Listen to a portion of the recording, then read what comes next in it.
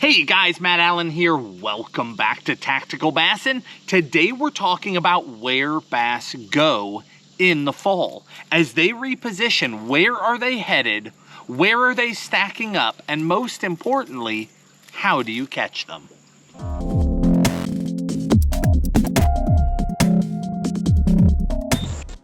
Fall fishing is amazing. Bass are active. They're up and chasing their food. They're chasing bait fish, both shallow and deep, and they're aggressive. It truly is one of the best times of year to be on the water.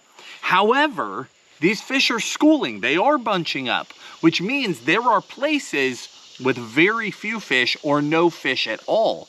So for the guy who is unaware of how these fish are moving and positioning, it can be a difficult time of year. For the guy who's paying attention and knows where to look for these fish, it's incredible. So today we're talking about where these fish are positioning and how they will continue to position as we head towards winter. We're going to talk about how they position in lowland and highland reservoirs, how they position in natural lakes and ponds, as well as in rivers. So no matter where you fish, I will do my best to give you some tips that will help you locate the fish in your fishery. And then at the end, we'll breeze through some baits and some gear ideas that should help you consistently catch those fish as well. Now, first thing to understand, let me back up. We already did a video on the fall transition, and this is an extension of that video because over the last month or so, the fish have been transitioning into fall. Now we are full tilt fall. The fish are in that fall transition. They are repositioning or have already positioned for fall and will continue to build on that going into winter. Probably the most interesting place is Highland Reservoir. So let's start there. We'll do Highland, then Lowland, and then we'll talk about the others. The reason why I say it's the most interesting is that the bass this time of year are in two very distinct groups. There's the group that goes shallow, and there's the group that stays deep. So this time of year in a Highland Reservoir, the fish are in those two groups. They're staying very separate from one another, but where they position is extremely different based on which group they are in. Don't worry about how they got into those groups. Don't worry about any of that. We don't care about that. What we care about is where are they going or where have they gone, and then how do you catch them? So the fish that are shallow in Highland Reservoirs will be completely bait fish oriented. They are chasing minnows. If you have shad, threadfin shad, gizzard shad, they are chasing them like crazy. If you don't have that, if you have perch, bluegill, crappie, any sort of panfish, the babies, the juveniles from this year's spawn, they'll chase them too. So it's not like this is just a shad thing, but if there are shad, it's even more visual because they're chasing them out of the water a lot more. So this time of year in a Highland Reservoir, the shallow fish will tend to be in the backs of pockets because they're corralling bait fish. Now here's the trick. I want you to see this and understand this. So I'm trying to give you a little visual. If you're in a Highland Reservoir, there tends to be a lot of coves, a lot of long arms and little fingers that go off them everywhere. There's thousands, if not tens of thousands of places for these bass to be. So if I say go to the backs of the coves, that's where the bait fish are, that's really helpful to some degree. If you've got 500 coves to check, it's not that helpful. So check this out. Will they be in the backs of most of those coves? Probably, but the best fish tend to be on the largest schools of bait, and the largest schools of bait tend to get pushed to the backs of the largest or longest coves that still have some deep water access. So if you're looking at your map and there's 10, 20, 30, 40, 50, or 100 coves, look at the longest coves, the ones that go the farthest back. Don't worry about all the rest. Don't worry about the little fingers coming off of that cove. Go to the very, very back. That will shrink the size of your map and the size of your lake and give you way less places to check. And when you find them in one, you will find them in others. You may not find them in all of them because maybe the fish are in a little different transition. Maybe they had to push the bait farther. They're not in the back of this one yet, but they're in those other three. Perfect. Just fish those other three. But once you have that pattern, you can replicate that around your reservoir. Now the deep water fish, they're a whole nother ball game. They are actually doing the exact same thing. So here's what I want you to consider with them. Now, there will be some that still push bait shallow, but they'll come from the deep water. So if you are closer to the dam on your reservoir, because some reservoirs are long, right? It might be 80 miles up in the backs of some fingers at the other end of the lake. Down towards the dam, they will tend to drive that deep water bait into the first couple of deep pockets right off the main body. So they won't go 50 miles to chase the bait. There's a lot of bait that in the summer settles in that deep water in front of the dam. That's where they live. And those bass will start driving that bait, and that bait will go into the first cove and they'll be on them. And they will keep them there all the way to and into the winter. That's a pattern that will hold for you. If you can find that close to the dam, those fish will stay put. So, other places that these deep water fish are going to be. There's a couple that I really, really like, and I think this is gonna help you a lot. I really wanna drill it down for you in this video. If I'm looking at the map, a couple more of my standouts, the exact places I'm looking for, is going to be where there's a long tapering point that sticks out into the lake, and then a creek channel comes in tight to it. If you can find that, where that deep water comes right up against the long tapering point, they'll sit right on that edge. The reason why is that they'll sit there, and if bait fish come over the top of that long tapering point, they can push them up to the side and they can pin them in that deep water pocket. The other one that I look for in really deep water is if you have a meandering creek channel. There's a lot of this in a lot of Highland reservoirs. If that creek channel comes up to the bank, you'll typically have a bluff wall.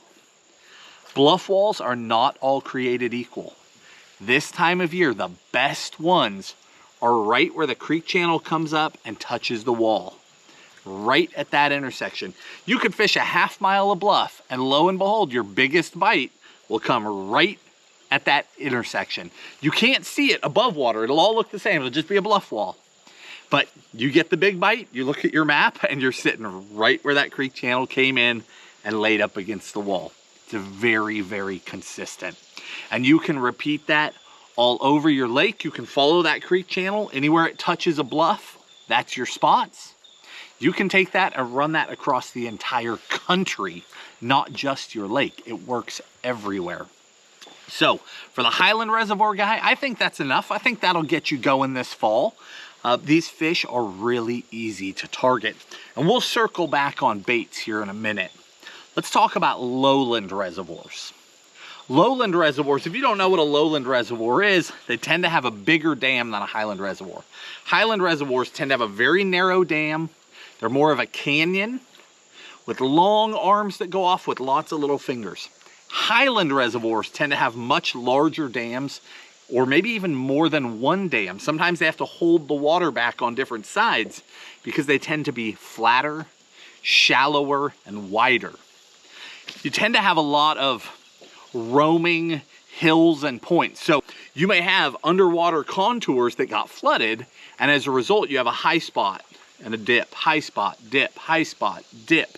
These long tapering points that just meander out across that lake. Some of them will go for miles in some Highland reservoirs.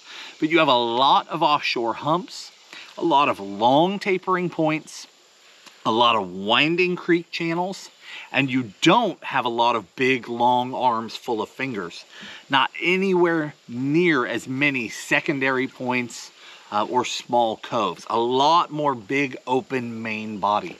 It's not to say you won't have some, but nowhere near as most Highland reservoirs. In these bodies of water, Same deal, they can be shallow or deep.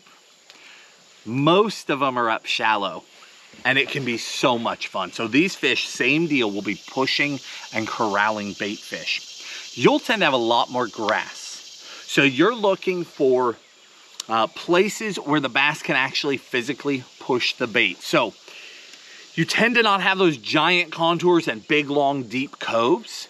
So where I like to look is in the backs of bays. If there's a large bay, sort of a rounded bay, more than a cove, you'll have grass pockets in those bays a lot. Well, the fish will corral as far back in that bay as they can. It's nowhere near as defined as, say, a cove, but it's still the back of the bay. And they'll typically be using any sort of an edge. So if this, I mean, we're just making this up as we go, right? If this lowland reservoir has docks in it, in the back of a bay, and somebody has put a retaining wall that juts out a little bit, right there on that pocket, they'll hold the bait right there. Because what they do is they push them to the back of the bay, but they can't hold them like they can in a cove. So the bait and the bass will be on the move. But if they come to any edge in the shoreline where there's a hard edge and it creates a pocket, those bass will pin them there and they'll hold them there, and they can hold them for a long time. If they've carved in a marina, if they've dredged a marina, they'll hold them there. And then the backs of any coves that they can corral them into, especially coves with grass. Grass is a huge factor in those lowland reservoirs until it dies back. If it starts dying back, they get off of that right away. Now, the deeper fish, those fish in a lowland can be more confusing, not because it's any different, just because it's not as visual to the eye. You're farther offshore and you're just looking at mapping. So in a lowland reservoir, I'm looking around humps and long tapering points. Very similar, and specifically anywhere where a creek channel comes right up against the side of a hump. Again, deep water access up against a piece of structure. In this case, an underwater hump. Those fish will sit in that deep water and they'll ambush. It's a very, very likely spot. If you have old creek channels in your lowland reservoir, those are key, even if they're subtle. We had a lake out west that we used to spend a ton of time on, and there were some creek channels there that would be nothing more than, you know, the bank would be coming along, maybe it was 20 feet deep for miles. And you'd hit an old creek channel and it would go to 21, or it would go to 24. That little tiny old creek channel that's slowly filling in with mud, that's just meandering out there, that's all it would take. They just want somewhere where they can sit to ambush the bait fish. So in some reservoirs, you're looking for giant creeks, meandering, coming up against big humps. You know they'll be right there on that edge. Long tapering points, they'll sit on the sides of them. But in some reservoirs that don't have those giant contours, they're on those subtle contours.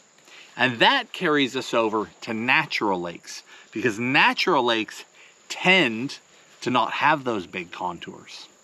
They tend to only have little subtle things in them. And those subtle contours will hold a ton of fish. If the bank comes out shallow, say you're up north, where we have a lot of those pothole style lakes, where all around the rim is pretty shallow and then all of a sudden it falls off. Now where it breaks might be 50 yards offshore, it might be 300 yards offshore. Right where it breaks, fish will patrol that edge in the fall. And specifically, they're looking for anywhere that makes an underwater pocket or cove. They'll be sitting there. If you have grass beds, they'll be on the grass beds, but much more often in those places, that grass has already decided to, or has already begun to die back, or has completely died back. And those fish, the shallow fish, have pulled right to the hard cover. They're sitting on dock pilings, they're sitting on laid down trees, they're sitting on rock or rock piles. Somebody threw a random tire off the end of the dock. There's a bass sitting there now. In the summertime, there was a catfish there. This time of year, there's a bass there. So those fish are on that actual cover that's in the water, because natural lakes tend to not have a lot of it. They sit on every single piece of it. But it's not just cover. You're looking for those contours. You're looking for little edges, little changes. Maybe over the years you had some low water years. That water backed out a few feet, and then there was a new shoreline. The water was beating on it. It created a little lip. Just a little one, maybe this tall, of an old shoreline. And then the water filled back in a few feet. That little lip runs all the way around the lake. Those fish will sit right on that lip this time of year. They love to sit up against something as they ambush their prey. What's left? Ponds. Ponds, really, for this one, I'm not even gonna go in depth on ponds, and here's why. Ponds come in all shapes and sizes. If your pond is round, shallow, doesn't have a lot of contour, take everything I just said about a natural lake and apply it. It's identical. You just are on a smaller scale. There might be a trash can laying out there. There might be a piece of wood that fell in laying out there. They might pull the water down sometimes in your park, little park ponds. They'll pull that water down to do work, and you get an old shoreline edge. Again, those fish will sit right there.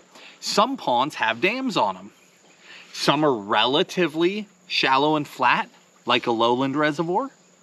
Some are really steep canyons with a couple of little arms going back, like a highland reservoir. Take that same information and apply it to your pond. The last one is the river guy. Rivers and creeks. This time of year, before the water cools down, these fish are aggressive. The water is cooling, but it's not cold. It's the perfect temperature for them, which means they're super active and aggressive. They are not afraid of current this time of year. You're gonna find them right up at the tops of pools, right where that fast water runs in. They'll be sitting on the first piece of cover, right there by that fast water. If there's a log laying, you got white water coming down, and then a log and then a pool, they'll sit right at that log looking at the white water. If there's a lot of bait in those creeks, they'll push it off into little side pockets. If you have two creeks that come together, they'll take the bait fish and drive them into the smaller one, and they'll sit right there and they'll hold that opening so they can't come back out. Now they've got bait fish that they can pick at whenever they want them. So anywhere that they can corral bait back, you're going to find them. And if they don't have that option, they'll be sitting right at the edge of the fast water, just looking for an easy meal. Bait fish, crawfish, whatever they can get, they will eat, because the water temps have come down to where they're comfortable and it's easy for them, and it hasn't gotten cold where they don't want to be in the current. Now, with that said, we've kind of covered the where these fish will be. I'm gonna run through the baits, and I've divided the baits into two very different categories. We've got baits for fishing shallow and baits for fishing deep. And you can adapt these a little bit depending on where you are and the type of water you've got. But number one this time of year is top water. If you're fishing shallow, if they're pushing bait, it's a top water. And we just did a top 5 baits for October, and there's going to be some, well, there's going to be 100% of carryover here, because that's where we are right now. That's what these fish are eating. The baits we talked about a lot, I'll sort of glaze over, and I'll be more specific about where we throw them. And then there's some more in-depth stuff, especially on the deep water end of things. But number one is going to be a topwater, a walking bait.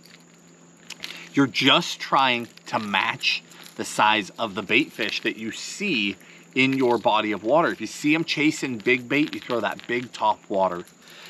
Medium-sized bait, small bait.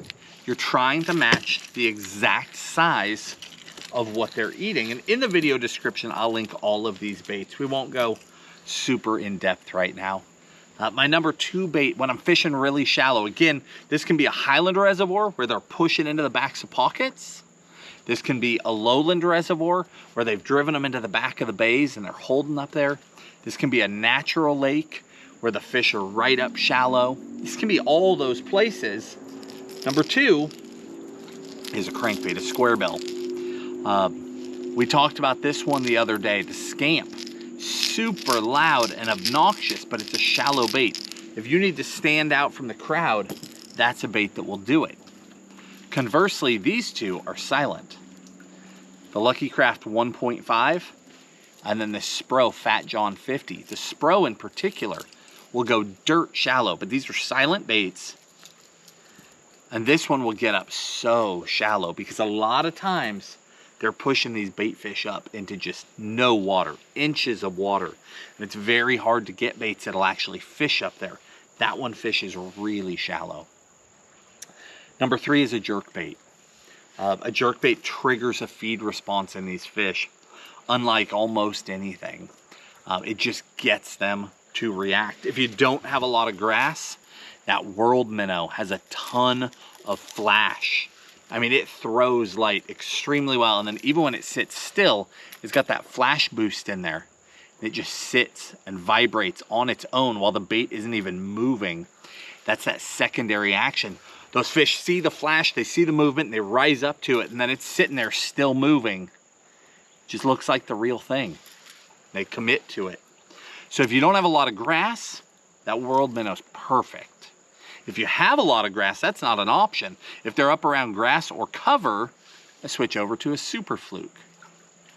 That's a great option. You'll get weedless. I use a 4/0 super line hook, and I can fish it right over the top of the grass, right through brush, if it's up shallow, flooded brush. Because a lot of times, especially in a lowland reservoir, they'll push them right up in the junk on the bank. And you just don't have an option. You have to be weedless. That fluke is perfect for that. An underspin swim bait is another great option. That's that 4.8 Kitech on a flashy swimmer. Again, completely weedless. You can throw it through anything up there on the shoreline. And then last, I talked about those walking baits. Obviously, if there's a ton of grass, the Tennessee River, the farther into fall we get, the more grass there is. That walking bait fish is great in the pockets, but obviously not on the matted vegetation. That's when you turn to a frog. But when I turn to a frog, I focus on small frogs, downsized frogs. The Jackal Chiara, or that new scum frog, the Launch XS, the smaller one. This one is a lot bigger than this one, but it's still a lot smaller than a traditional like 65 size frog. Now that's shallow fish, and I just glazed through that quick. Because shallow fishing, we kind of covered most of that in that top 5 October baits video, but it's also very self-explanatory. Again, in the description, I'll link all those baits. Now, on the deeper end of things, I've got some different stuff for you. First one is speed cranking. Throw in those deeper diving crankbaits and just burn, burn, burn, pause, burn, burn, pause, burn, burn, burn, pause. We love to be super aggressive. We talked the other day in that same video about this guy right here. That's the Tactical DD75. That's our crankbait. Tim and I designed this specifically for fishing right now through the winter. That's when this bait shines. It loves those cooler water temps. It's built for right now to trigger giant bites. Another great bait this time of year is that Megabass Deep X 300. Both of those are killers as that water is cooling down. One other one, particularly in highland reservoirs.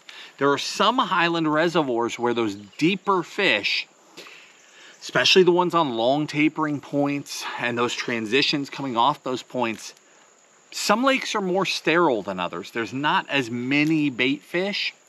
There, I tend to switch over to that Spro rock crawler, and I'm imitating a crawdad. And there's some great colors there. I love this one. There's one that's more green pumpkin with a little bit of orange. Again, I'll link it in the description. But those are colors that I rely on this time of year in those reservoirs where they're just not driving the bait as much. Because some fisheries most fisheries have an incredible amount of bait.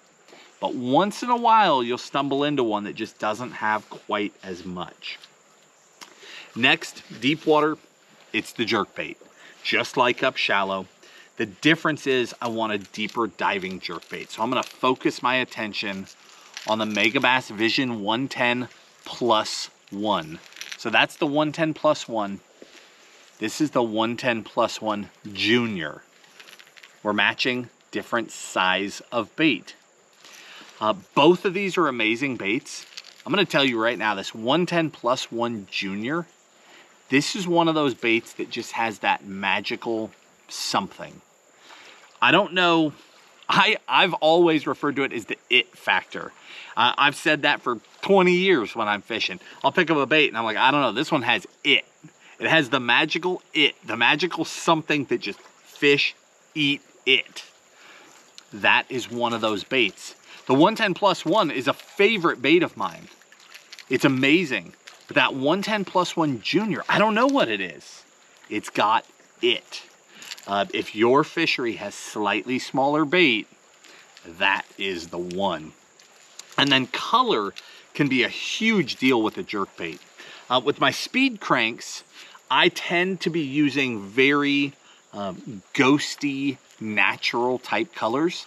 I'm going really fast, stop and go. I don't want them to get a good look at it. I want them to have to commit to really get it. So that's my approach there. But the jerkbait is a stop and go, and then it sits. They have time to look at it. So color can be everything. These are two of my favorites. Matte shad, Tennessee shad. These are fantastic. Obviously, this one is very natural, very subtle. This one has some flash to it, but both great natural colors. But I will say, this is the time of year where color is everything. If you want to get bit, if you just want to catch fish, you stick to those really natural colors. If you want to know if they're eating a jerkbait, natural colors. But if you know they're eating a jerkbait and you want to try to have a magical day, this is the time of year to switch to those bold colors. Colors like Elegy Bone. These are colors that people look at in tackle shops or on the Tackle Warehouse website, and you're like, why that one? Why that one? Why, you know, you scroll it, you see those bold colors. Why do they make that? What is this?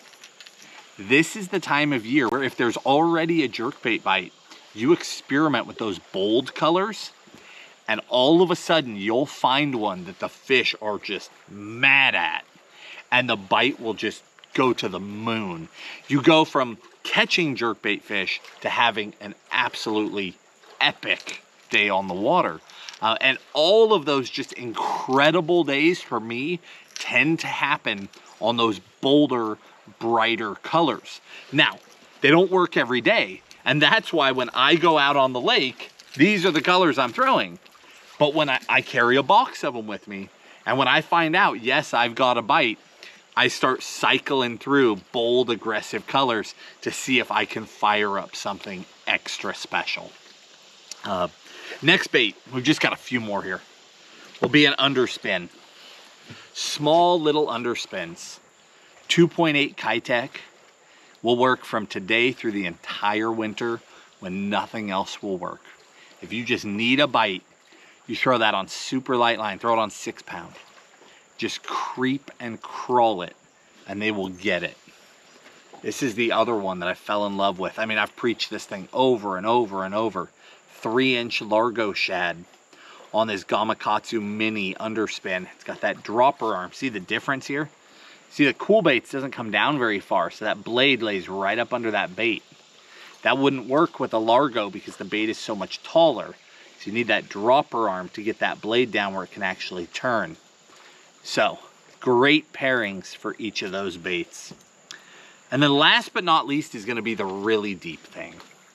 There are fish, again, that are corralling up against the bases of bluff walls, in creek channel bends, off the sides of long tapering points. And you've got to be able to get down there and fish them effectively. I have 3 baits that I use. I use a spoon, the Blade Runner Duh spoon. This is the 1 3/4 ounce. Sounds like a ton, but the bait's not very big, right? It's not like it's a giant bait. It just weighs a lot because it's lead. That weight is key. That's how you get it down there quickly. But we fish these baits right on bottom. Or if the bait and the fish are up, we reel up to where they are and we hop it mid-column. But these are baits that you fish vertically. Find the fish on your electronics, get over the top of them, lower it down, and then hop, slack, and they'll smash it. It falls, if it's on a tight line, it falls like this. But if you give it slack, it does this. It's a dying bait fish. That's the key to that jigging spoon. It's that slow fall. That's when they eat it. It's an amazing bite. Another one is the tail spinner, Jackal Daracoop. I fish this when they're right up on those bluff edges like I was talking about. This is a perfect bait for pitching right up against that vertical edge, and you just free spool. You just let it fall down that edge and it'll hit on a ledge. You just pull it out, free spool, let it fall again till it hits. Pull it out, free spool. You can vertically fish it down those walls and it will pluck fish off. And then the last one, this bait is firing right now and it will fire all winter. And that is a blade bait. This is the Demiki Vault. This is the half, this is the 3/4. Both are killer sizes. Again, you're just trying to match the size of the bait fish and you're fishing a little bit shallower or a little deeper. But a blade bait fished on bottom, let it hit bottom, pull and it'll flutter, and then let it fall. Pull. So I pull it up, it vibrates, and then I just hold and it pendulums back to bottom. Vibrates, pendulums. That's all I do. And they donk, they eat that thing. Right after it vibrates, usually it'll vibrate up, and right when it stalls out and starts to fall, that's when they hit it. Again, this time of year can be amazing, shallow or deep. Hopefully I gave you something that you can latch onto in your fishery, because those different styles of lakes and reservoirs and rivers definitely have fish. They're all doing the same thing. They're all trying to bulk up. They're all eating. The bait fish are shallow. The bass are aggressive. The water temps are right for them to be able to run around and not struggle. So everything is aggressive. Everything is eating.